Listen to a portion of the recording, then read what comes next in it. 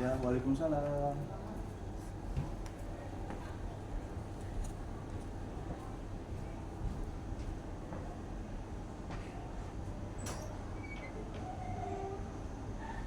Silakan masuk. Kita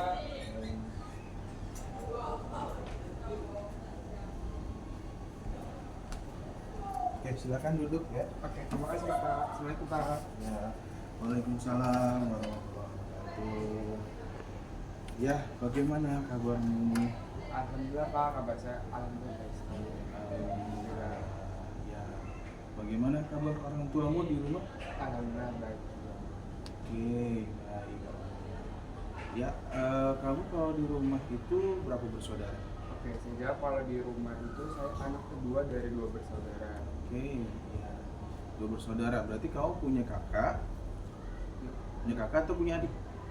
Saya punya kakak Pak. Punya kakak, kakaknya perempuan atau laki-laki? Kakak saya perempuan. Perempuan. Sekolah sih sekolah? Asli Pak. Masih sekolah. Ya, kalau di rumah orang tuamu kerja atau bagaimana? Kalau orang tua saya ayah itu bekerja. Kalau yang dari ibu itu di rumah jadi ibu rumah tangga. Baik, ya. Berarti semuanya sehat semua ya, di keluarga sehat semua ya. Alhamdulillah. Oke. Ya, jadi di sini itu kita akan membahas tentang konseling karir, bimbingan konseling karir. Oke, siap. Ya, baik. Sebelumnya, Bapak boleh tahu nggak apa cita-citamu, apa hobimu? Oke. Cita-cita saya awalnya ingin menjadi pilot atau tentara. Oke, baik. Nah, ada kelainan di mata saya di mata kanan, ada penyakit toksoplasma. Iya. Jadi tidak bisa melanjutkan karir saya menjadi pilot ataupun tentara. Jadi saya melanjutkan karir saya menjadi atlet taekwondo Jawa Barat. Alhamdulillah dengan izin Tuhan saya bisa memasuki jadi atlet Jawa Barat. Oke, bagus, luar biasa berarti ya. Siap. Ya, nanti kita melakukan konseling pribadi ini tentang masalah temanya adalah karir. Kita berbicara, nanti kita membahas kurang lebih sekitar 30 menit sampai 45 menit. Oke, siap Bapak. Ya, baik. Sebelum itu kamu tadi berbicara masalah cita-citamu menginginkan menjadi seorang pilot. Siap. Ya, sejak kapan kamu menginginkan menjadi seorang pilot? Oke, saya itu terinspirasi menjadi pilot itu waktu menduduki saya di kelas 2 SD. 2 SD. Yes. Iya. Itu ada seseorang yang menginspirasi atau kamu melihat film atau bagaimana? Kalau misalnya jadi pilot itu saya berinspirasi itu dari film. Dari film. Ya, Film apa tuh? Kamu masih ingat nggak film apa yang siapa masih ingat? Oke, film yang saya ambil itu film tentang The Captain. The Captain. Dia menceritakan Oke. tentang ada pesawat yang rusak dalam teknisi penerbangan. Oke. Dia dapat menyelamatkan 190 orang yang hampir Mantap. layang dulu. Oke. Itu berarti bercerita tentang pilot yang menyelamatkan ininya penumpangnya. Iya. Itu disebabkan apa biasanya? Oke. Kalau di dalam film itu? Oke, satu itu yang saya ambil hikmahnya itu yaitu gara-gara ada kelalaian dari petugas bandara. Bandaranya dari teknisinya. Teknisinya. Oke. Ya, itu. Nah, lalu itu penyebab ada trouble di pesawat itu apakah kebakaran ataukah rodanya trouble ataukah bagaimana itu ketika dalam film Oke, tersebut? saya jawab. Itu dari awal cerita itu sebenarnya dari pesawat itu dari Cina Wuhan menuju ke Thailand jadi tidak boleh mengizinkan untuk terbang karena ada masalah. Tapi karena tidak ada armada yang mengirimkan lagi atau pesawat, dia menggunakan pesawat tersebut, menggunakan pesawat Thailand Express. Oh iya. Oke, dia akhirnya dan menerbangkan melewati Kepulauan Seribu dan tiba-tiba hujan badai. Hujan badai tidak terhindari dan kaca pesawat itu pecah. Oke. Mengenai co-pilot dan co-pilotnya meninggal di dalam pesawat dan yang berbeda hanyalah pilot dan pilot menyelamatkan ribuan orang tersebut. Oke, luar biasa sekali ya, berarti filmnya sangat menginspirasi sekali. Kamu melihat film itu secara sengaja ataukah memang dikasih tahu sama orang tua? Gitu. Saya kan anaknya itu sering banget kayak mau memulai ide-ide baru. Oke, ya. Jadi saya coba nyari film inspirasi untuk pendidikan ataupun apa. Akhirnya saya pun karena pas itu saya lagi tentang sejarah, saya pengen melihat ternyata ada film itu dan saya mencoba menonton karena itu termasuk pendidikan gimana kita mencapai orang menyelamatkan orang, menjaga orang dan mengejar cita-cita kita bagaimana. Itu bagus sekali ya, sangat inspirasi sekali ya. Berarti ketika kamu menginginkan menjadi seorang pilot, kamu melihat film itu, wah ternyata film tersebut itu sangat menginspirasi kamu. Itu usia kamu kelas 2 SD. Baik. Nah tadi kamu katanya bilang menginginkan menjadi seorang TNI. Nah sejak kapan tuh? Oke, saya pindah itu kan buku pertama dari pilot itu pas BC. Saya itu akhirnya menjadi TNI waktu kelas 4 SD. Oh, berarti kelas 2 kamu menginginkan jadi seorang pilot karena melihat film, melihat film inspiratif. Ya, seperti itu. Lalu ketika kamu masuk naik kelas 4 SD, kamu berubah cita-citanya menjadi seorang TNI. Nah, kalau boleh Bapak tahu, kenapa kamu berubah ketika pilot terus lalu menjadi TNI? Apakah ada seseorang yang menjadi inspirasi? Apakah sama seperti yang kelas 2 kemarin, kelas 2 SD itu kamu melihat film lalu kamu melihat menjadi inspirasi kamu, lalu itu menjadi cita-cita kamu. Nah, bagaimana itu? Oke, ini ada 2 cerita. Oke, baik. Seru nih kayaknya. Pertama itu ada cerita sama pas itu saya juga nonton inspirasi dari film juga dari Sang Garuda namanya. Oh, Sang Garuda, film Indonesia itu ya. Itu dia itu jadi pilot tentara TNI itu dia menerbangkan anak-anak prajuritnya menuju Lebanon yang sedang perang. Oke. Itu dia menaruhkan nyawanya demi agama Islam di Indonesia dan di luar Islam. Terus yang kedua, saya juga terinspirasi dari om saya yang udah gugur yang telah menjalani perang melawan dari negara lain karena ada konflik antara negara tersebut. Iya, berarti kamu ada 2 inspirasi ya, dari ketika kamu melihat film dan itu salah satu keluarga kamu juga ya, om kamu berarti. Ya, nah itu ceritanya ketika kamu melihat film itu berarti posisinya pilot tersebut mau berangkat haji atau bagaimana? Oke, yang di masa di pilot itu lupa sih, dia itu ingin mengantarkan jemaah haji. Berarti ada trouble juga di dalam pesawat ya? Iya, ada awal dari banyak bermasalah ataupun alat-alat dalam satelit dalam pesawatnya atau kondisi itu tidak kondusif apa yang digunakan oleh pihak bandara. Nah, itu dari film ya, kamu terinspirasi dari film yang kamu tonton, yang kamu lihat bahwa berjuang menjadi pilot itu sangat luar biasa perjuangannya ya. Itu mempertaruhkan beratus-ratus nyawa berarti ya. Iya, dalam penumpang pesawat tersebut. Nah, lalu tadi kamu berbicara menceritakan bahwa kamu juga terinspirasi ya dari salah satu keluarga besar kamu, itu om kamu berarti.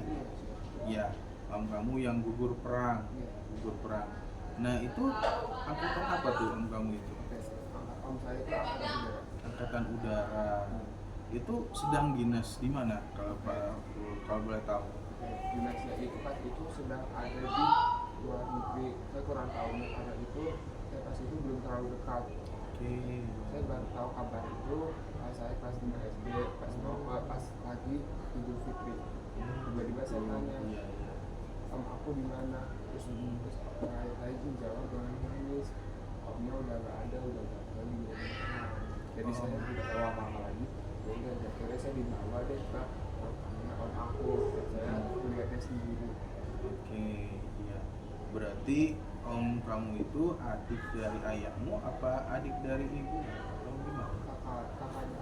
Kakaknya ayah. Iya. Itu di luar negeri berarti, dinas di luar negeri. Oke. Itu sebelum sebelum gugur dalam medan perang, kamu sempat ketemu nggak di Indonesia itu? Saya pernah ketemu sama om saya sendiri itu waktu saya kelas 1 SD. Kelas 1 SD. Jadi belum tahu apa-apa. Apa itu tentara, apa itu cita-cita yang akan datang saya. Dia nggak tahu kalau itu om saya. Akhirnya dia berangkat pas saya umur 8 tahun dan pas dia balik itu dia tinggal lama. Jadi pas kelas 1 SD itu jadi hari terakhir saya berhubungan dengan beliau. Ya, betul. Dimanapun ya, mau TNI, mau pilot ataupun yang lain, itu perjuangan sangat luar biasa. Dan namanya gugur pun, ya meninggal pun, kita tidak bisa melihat kita di mana, posisi kita apa. Ya baik ya. Oke. Nah, ini sangat inspiratif sekali, ya, sangat bagus sekali. Nah, sebelumnya ketika kamu melihat om kamu nih menjadi seorang TNI, apakah ada gambaran dari orang tuamu bahwa ini ommu sudah berjuang di medan perang, sudah gugur menjadi seorang TNI? Apakah itu ada dikasih gambaran sama orang tuamu kamu harus menjadi seorang TNI, ataukah oh iya, perjuangan seorang TNI itu sangat luar biasa, saya ingin ingin menjadi seorang TNI, ada keinginan untuk menjadi seorang TNI? Itu berarti kamu itu ada keinginan sendiri ataukah dikasih gambaran oleh orang tua untuk menjadi seorang TNI? Saya itu ingin menjadi TNI itu karena kemauan saya sendiri. Karena dia bisa bela negara, sama bisa menjaga tanah air di mana kita dilahirkan. Ya, berarti itu inspirasi kamu sendiri ya. Oke. Nah, itu ketika kamu usia 4 tahun berarti? Iya. Usia 4 tahun kamu sudah tahunya di usia di kelas enggak, maksudnya gugurnya itu kamu kelas berapa? Kelas 5 SD. Kelas 5 SD. Berarti ada jeda 1 tahun itu ya? Jadi 1 tahun. Selama 1 tahun itu kamu masih tetap menginginkan jadi seorang TNI? Saya masih ingin berharap menjadi TNI kan dulu itu saya belum tahu kalau misalnya dulu saya punya penyakit mata gara-gara disebabkan oleh virus pasca. Akhirnya pas kelas 6 SD saya memiliki konsultasi ke dokter mata untuk mencoba. Akhirnya saya punya penyakit virus toxoplasma. Awalnya saya juga pakai kacamata, kena min, kena plus dan kena silinder. Tapi karena kehebatan bisa berdoa kepada Yang Maha Kuasa, akhirnya mata saya bisa disembuhkan dengan total. Tapi yang virus itu tidak bisa dihindarkan karena ada bercak di mata. Itu bola mata saya sendiri. Ya, apapun kekurangan kita ya, kita harus terus berjuang. Betul ya, kita harus berjuang, kita harus menggapai cita-cita kita. Oke, sekarang berarti kamu kelas 9 SMP kelas 3 ya? Ya, berarti kelas 9 ya kalau untuk SMP. Baik. Nah, ini kan SMP nih, jenjang SMP. Nah, lalu masuk ke jenjang SMA, SMK gitu. Nah, kira-kira kamu mau melanjutkan ke SMK atau kamu ke SMK? Itu ada perbedaan pendapat untuk SMA sama SMK. SMA itu sekolah menengah atas dan SMK sekolah menengah kejuruan. Betul. Kalau di SMK itu kita lebih fokus itu ke praktek, bukan ke ilmu sosial. Kalau misal ke SMA itu ada hanya IPS jurusannya. Tapi walaupun kita belajar di SMK, itu juga belajar mata SMA. Mata pelajaran. Iya. Kalau kita di SMK, kalau kita di SMA belum tentu kita bisa belajar di SMK. Jadi berbeda pendapat antara SMA, SMK. Makanya saya dulu Pak minta pendapatnya dong. Oke, baik, terima kasih. Ya, itu kamu penjelasannya sudah tahu ya, dasar-dasarnya, kelebihan dan kekurangan dari SMA apa, kelebihan dan kekurangan dari SMK apa. Nah, Bapak sedikit menjelaskan ya untuk SMA sendiri, khususnya untuk SMA itu kelebihannya kita itu akan lebih unggul di ilmu pengetahuan. Ya, jadi di SMA kita mempelajari semua mata pelajaran. Semua mata pelajaran yang dipelajari di SMA itu kita pelajari. Tetapi ketika nanti di SMA tidak memprioritaskan tentang keahlian, skill, gitu ya. Skill kita berbeda. Skill kita hanya di ilmu pengetahuan yang kita pelajari di SMA. Nah, itu yang SMA. Nah, lalu nanti ketika kamu setelah kamu selesai dari SMA, nah harus selalu mau melanjutkan ke perkuliahan. SMA itu peluangnya lebih besar ya dibandingkan dengan SMK. Jadi kamu nanti kalau misalnya mau memilih SMA, lalu kamu mau melanjutkan ke perkuliahan, kalau jenjang yang lebih tinggi, kamu peluangnya lebih besar di SMA, itu kelebihannya. Ya, lalu, nah kekurangan dari SMA nih, kekurangan dari SMA itu SMA itu tidak tidak fokus untuk mengasah skill, kemampuan, praktek tadi yang kamu bicarakan ya, yang kamu sampaikan bahwa di SMA itu betul tidak ada prakteknya, tapi mempelajari tentang ilmu pengetahuan semua dari IPA, IPS, kalau memang nanti ada ekonomi gitu ya, sosial, terus agama juga ada, geografi, semuanya itu dipelajari dan waktunya juga tidak beda dengan SMK, lebih padat tapi di SMA seperti itu. Nah, tetapi berbeda dengan SMK nih. Kalau SMK itu tadi yang sudah kamu jelaskan betul bahwa di SMK itu mengasah kemampuan kita. Misalnya kamu masuk SMK di jurusan mesin. Nah, nanti ketika kamu masuk SMK, kamu lebih mengunggulkan kemampuan kamu dalam memperbaiki mesin, dalam mengkreativitaskan bagaimana nih untuk memperbaiki mesin, bagaimana menginovasi mesin yang baik, gitu kan, perbaiki mesin yang baik, menjaga mesin biar terawat. Nah, itu situ contohnya misalnya.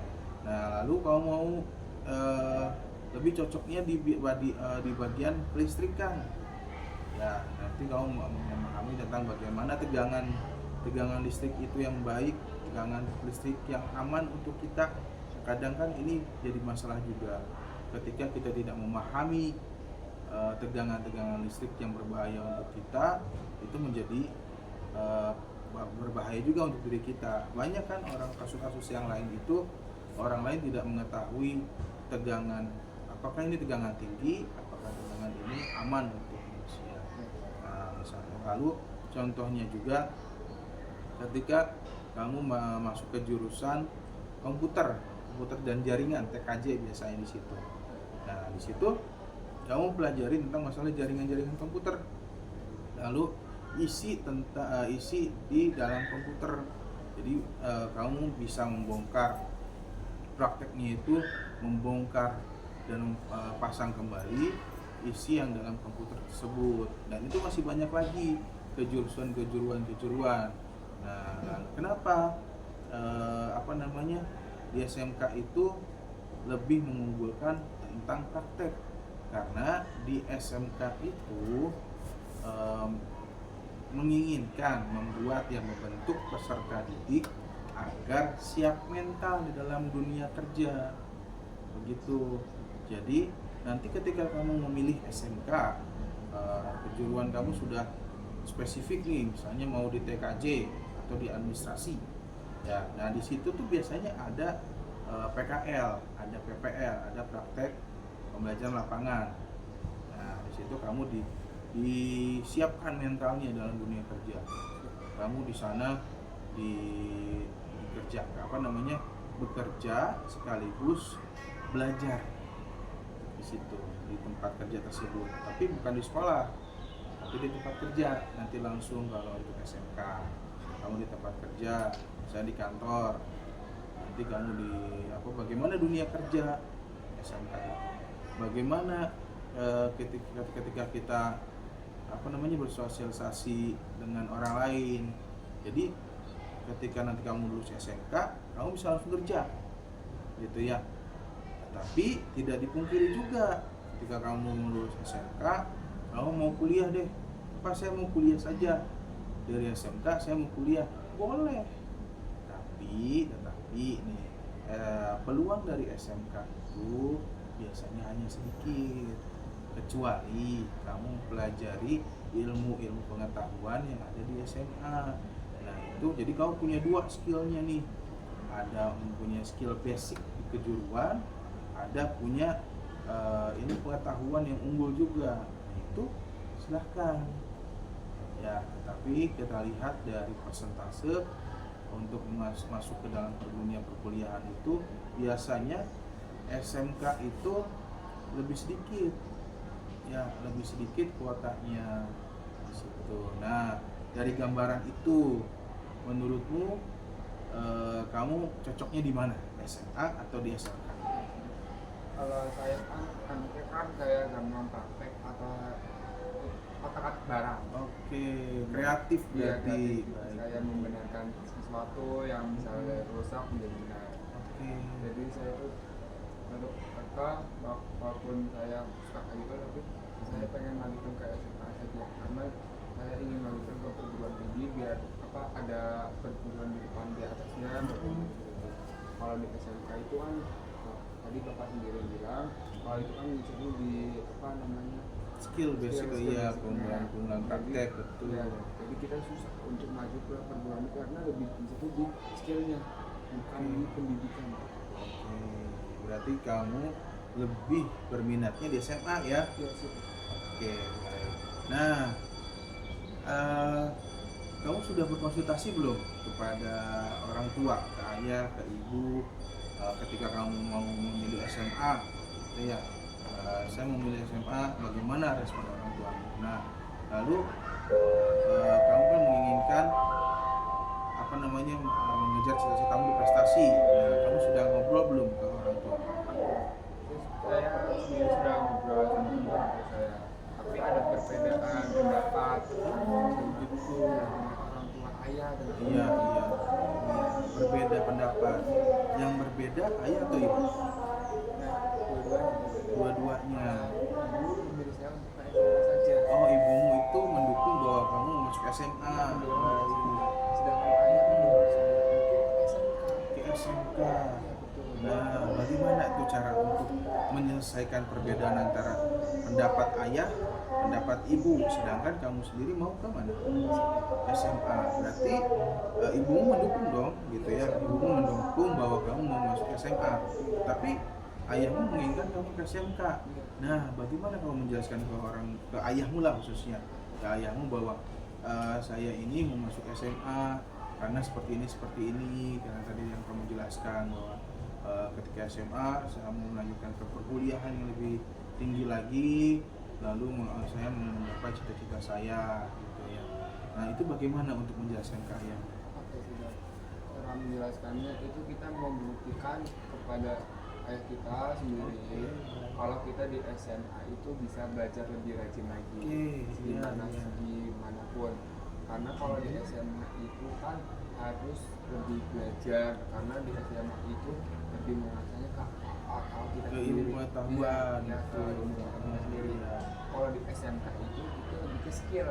Iya, betul. Jadi kita harus lebih belajar lebih rajin di mata pelajaran yang kita inginkan. Kan nanti kalau misalnya ada jurusan IPA atau IPS, saya lebih milih ke IPA.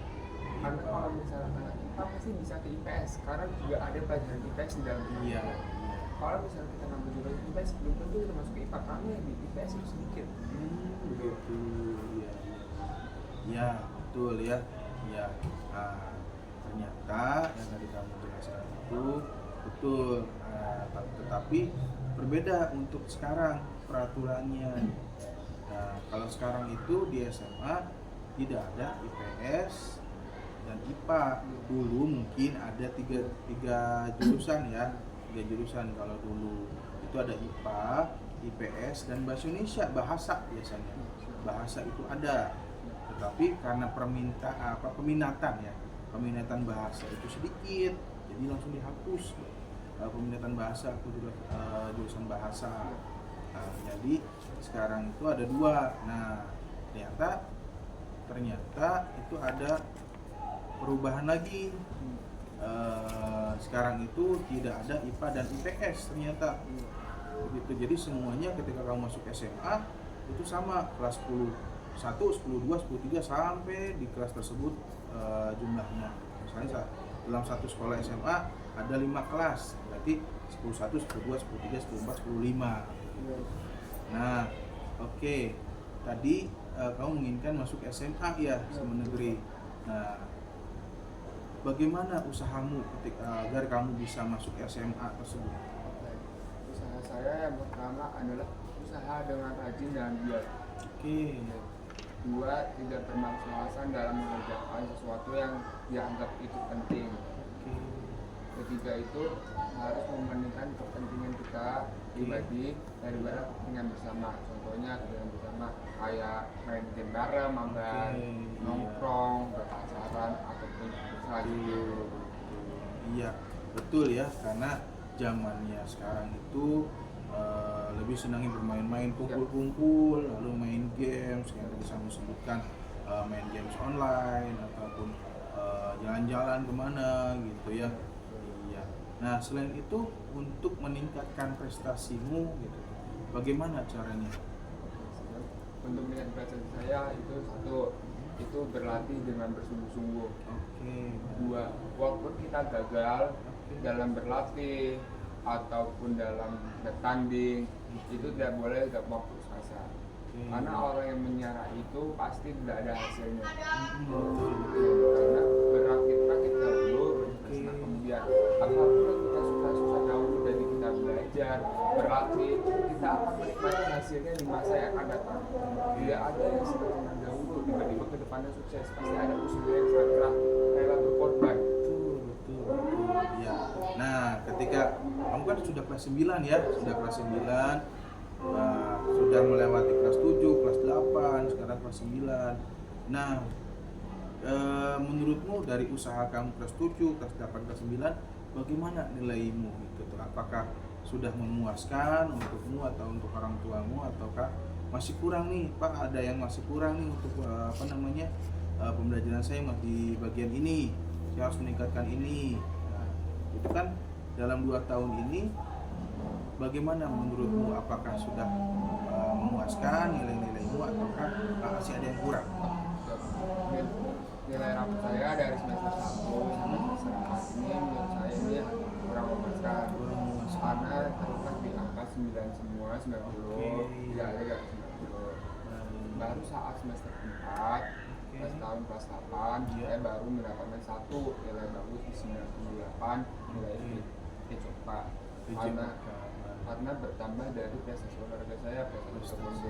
Oh, berarti kamu memiliki basic di olahraga juga ya, prestasi di olahraga juga. Betul sekali. Oke, sejak kapan kamu punya prestasi?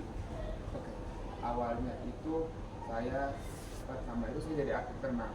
Oke. Renang waktu kelas 1 SD ya, sampai kelas 5 SD. Kelas 5 SD kamu berenang aktifnya? Iya, atlet renang. Oke, bagus itu. Akhirnya saya tuh saya kan tahu saya punya kakak perempuan, punya ibu, saya punya saudara, saya bilang kayak saya, ya boleh enggak saya mengikuti ilmu bela diri, agar saya bisa menjaga orang tua saya kalau misalnya ada apa-apa.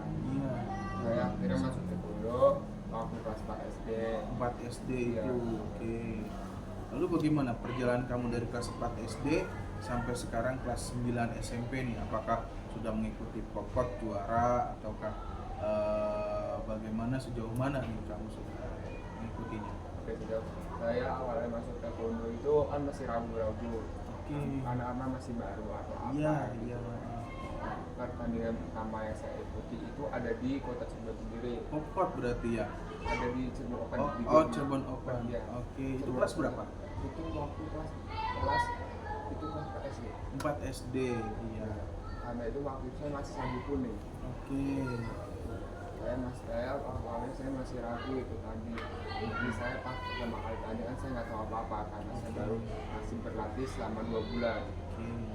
Tuh, masih belajar terus akhirnya saya kan ada event lagi, event saya ditawarkan sama pelatih saya sendiri untuk ikut pertandingan di luar kota. Akhirnya saya coba di luar kota, alhamdulillahnya Allah memberikan jalan kepada saya.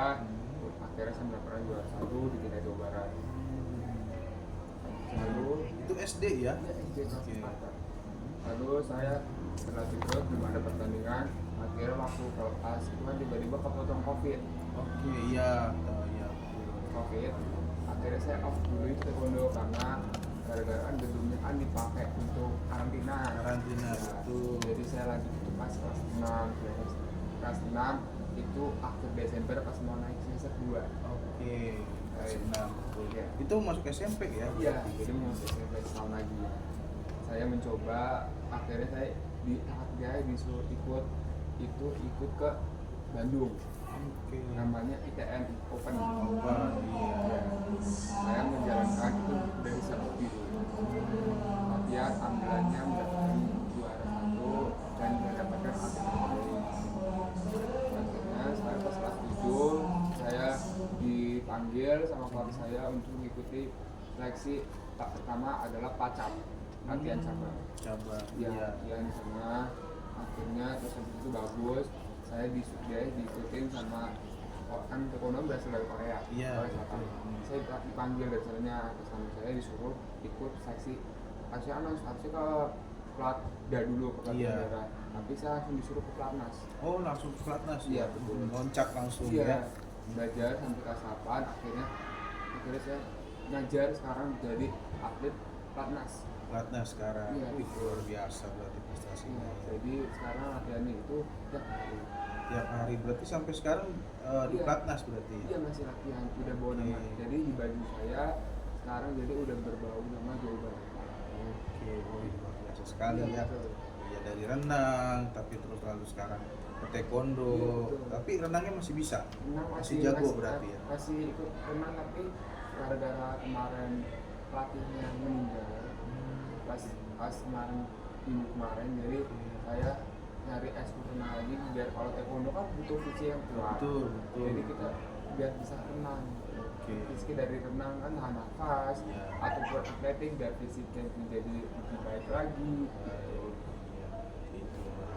Berarti nanti perencanaan kamu untuk masuk SMA itu menggunakan prestasi olahraga atau prestasi akademik? Kalau prestasi akademik itu saya tidak memungkinkan karena nilai saya kan namanya juga di bawah 9, pasti banyak saingan dari sekolah lain yang lebih rajin daripada saya.